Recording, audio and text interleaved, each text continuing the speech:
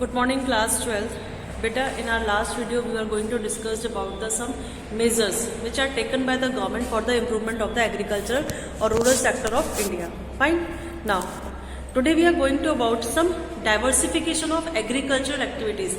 Diversification means पहले जो किसान था वो सिर्फ खेती पे डिपेंड था फॉर देयर अर्निंग्स, बट फिर उन्हें सजेस्ट करा गया, उन्हें समझाया गया कि अगर आप सिर्फ एक ही काम के पीछे लगे रहेंगे और उसमें पता नहीं प्रॉफिट होगा या लॉस होगा, तो उससे अच्छा है आप एक से एक के साथ साथ एक से ज्यादा काम करें. डाइवर्सिफिकेशन मतलब बहुत सारी एक्टिविटीज करें एक साथ जो आप कर सकते हो.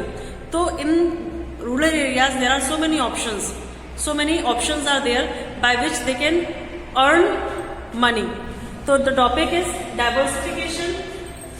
Diversification of agricultural activity. आज जो हम डिस्कस करेंगे about diversification of agricultural activities. Agricultural activities के बारे में हम डिस्कस करेंगे. Fine. Now what are the reason behind that. क्या रीजन है डाइवर्सिफिकेशन ऑफ एग्रीकल्चरल एक्टिविटी का, क्या जरूरत है. Agriculture play a very important role in the economic development. हमें सबको पता है कि जो हमारी इंडियन इकोनॉमी है वो एग्रीकल्चर के लिए ही पूरे वर्ल्ड में जानी जाती है. तो इसलिए एग्रीकल्चर का बहुत ही इंपॉर्टेंट रोल है for our economic development. Fine. अगर एग्रीकल्चर सेक्टर हमारा इंप्रूव हो जाए ना और इसमें डेवलपमेंट हो जाए काफी हद तक, तो हम भी इकोनॉमिकली स्ट्रांग बन सकते हैं. तो however the vast majority of rural people work on land. और ऐसा भी है कि हमारे जो मोस्टली गांव में लोग रहते हैं वो किसके ऊपर काम करते हैं, खेतों में, जमीन पर ही काम करते हैं. And there is a greater risk भी है.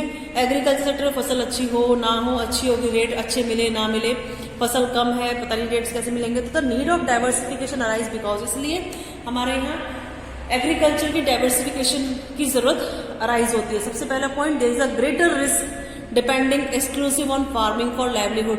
अगर आप सिर्फ अपनी लाइवलीहुड के लिए एग्रीकल्चर पे ही डिपेंड है तो उसमें बहुत ज्यादा रिस्क है. श्योरिटी नहीं है, आपको इनकम होनी ही होनी है. Lots of risk are there. Fine.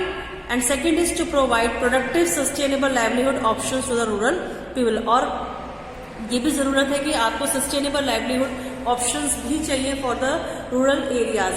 तो व्हाट आर द बेनिफिट्स अगर हम डाइवर्सिफिकेशन को अडॉप्ट करते हैं तो what benefits we will get. First is to provide supplementary gainful employment. भाई आपको एक एग्रीकल्चर तो छोड़ना नहीं है, उसके साथ साथ ही एक सप्लीमेंट्री काम भी करना है. तो आपको एक एम्प्लॉयमेंट मिल रहा है, अपॉर्चुनिटीज मिल रही है पैसा कमाने की. To enable them to earn higher level of income. अगर एग्रीकल्चर में इनकम हो रही है बहुत अच्छी बात है, लेकिन अगर आप उसके साथ दूसरा काम भी करें तो इनकम और ज्यादा बढ़ गई, तो आपको एक चांस या मौका मिल रहा है ताकि आप हायर इनकम अर्न कर सको. To enable rural people to overcome poverty and other troubles. और ये आपके लिए एक अच्छा मौका है या चांस है कि अगर आप पॉवर्टी सेक्शन को बिलोंग करते हैं तो अगर आप डाइवर्सिफिकेशन एक्टिविटीज स्टार्ट करते हैं तो will get the chance of to came out from the poverty section. और भी अगर कोई ट्रबल है आपकी लाइफ में तो आप उससे भी इजिली बाहर निकल सकते हैं if you are adopting diversification. Diversification means much of the agricultural employment activities are concentrated in the Kharif season. During the Rabi season, it become difficult to find out gainful employment in the areas where there was inadequate irrigation facilities. So, diversification is very much essential for the rural development. Now, we were talking about the types of diversification. कौन से types हैं, क्या क्या diversification you have to adopt it. Diversification of crop production means कि जरूरी नहीं कि आप एक ही पैटर्न पे काम करें. क्रॉप प्रोडक्शन का काम करके चेंजेस करते रहिए ना, कभी किसी चीज की खेती, कभी किसी चीज की खेती.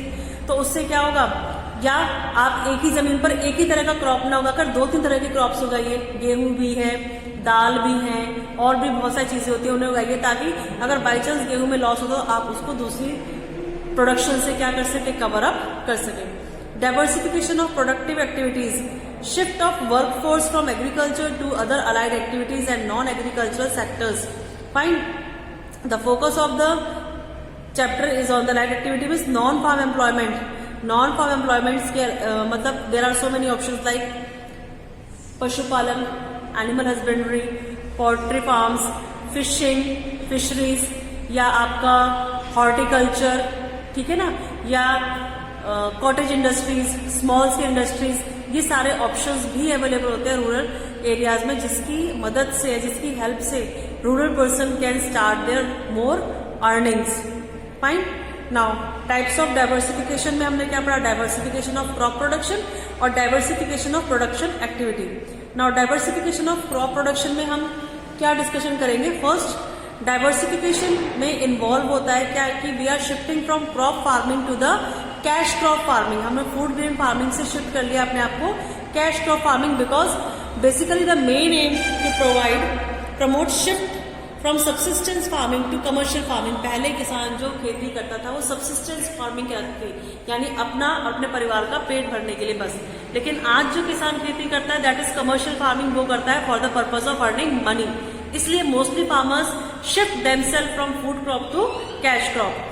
Second, in India agriculture is still dominated by subsistence farming and farmer give prime importance to the silks to the cropping। आज भी इंडिया मतलब पहले से ही इंडिया जो है डोमिनेटिंग फार्मिंग्स करते हैं, मतलब सब्सिस्टेंस फार्मिंग पे ही डिपेंड है, और they are most give importance to the cereals, मतलब गेहूं, चावल, दाल, इनको ही इम्पोर्टेंस दी जाती है। तो इस सिस्टम को भी वी नीड टू अपडेट। फिर मल्टी क्रॉपिंग मीन्स कि आप एक ही टाइप की खेती पर डिपेंड मत होइए। खेत अगर आपके पास है तो उस पर 2 या 2 से ज्यादा क्रॉप प्रोडक्शन करिए, उसमें लॉस होने के चांसेस आपके कम होते हैं। फिर next is diversification of productive activities. In this age agriculture is already over crowded.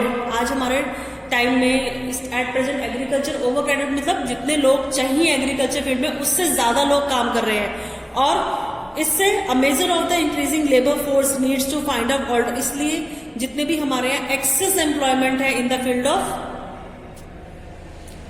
Of agriculture, उनको वहां से हटने की जरूरत है ताकि वो वहां से हट सकें और नॉन फार्म एक्टिविटीज की तरफ क्या कर सके? अपना डाइवर्सिफिकेशन कर सके। अगर वो नॉन फार्म एक्टिविटीज की तरफ अपना डाइवर्सिफिकेशन करेंगे तो एग्रीकल्चर के साथ साथ और भी बहुत सारी अपॉर्चुनिटीज हैं जो उनके लिए अवेलेबल है फॉर इंक्रीजिंग देयर लाइवलीहुड।